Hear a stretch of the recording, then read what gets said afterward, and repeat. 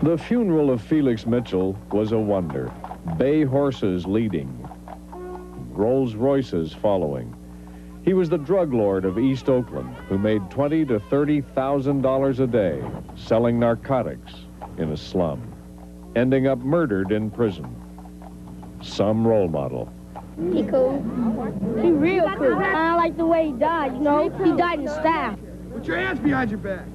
Some neighborhood where the drug organization was the most visible employer, where a kid could start as a cop spotter for a couple hundred a week and rise to distributor for thousands. Oh my goodness, look at the money. What do you do for a living? You can't be in East Oakland and stay out of trouble because you see dudes, they get rich hecka fast, they have flashy cars, hecka beats, big fat ropes, all the girls, and you be like, yeah, I want that too. Well, there was a most unusual funeral in Oakland, California today, the funeral of a convicted drug dealer. ABC's Ken Kashiwahara was there. Friends and relatives, Rolls Royces and limousines. It was a funeral fit for a king. 32-year-old Felix Mitchell was a king, a convicted drug kingpin who once ruled these very streets of Oakland, who police say was responsible for turning thousands of residents into drug addicts.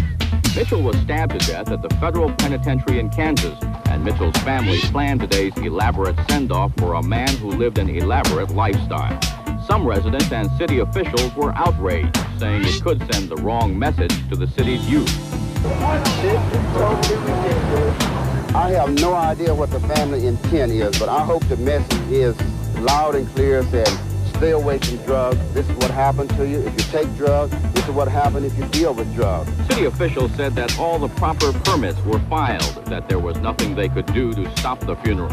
All they can do now, they say, is hope the people remember the violent end of a drug dealer's life and not the flash and glamour.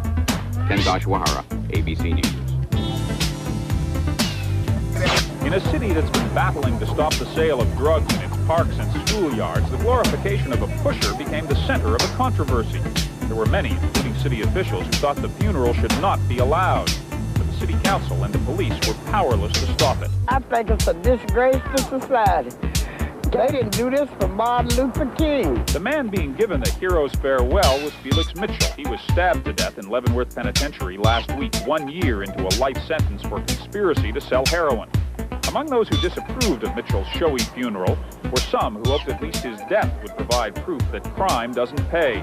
But on the streets, they feared the message would be different. This is great. This is great. I mean, I hope I have a funeral like this. A small-time criminal proved he could get very rich pushing drugs in one poor neighborhood. In the campaign against drugs, Mitchell's funeral was an advertisement for the other side. And he was a hero in my eyes. John Blackstone, CBS News, Oakland. He was popular, looked like it to me.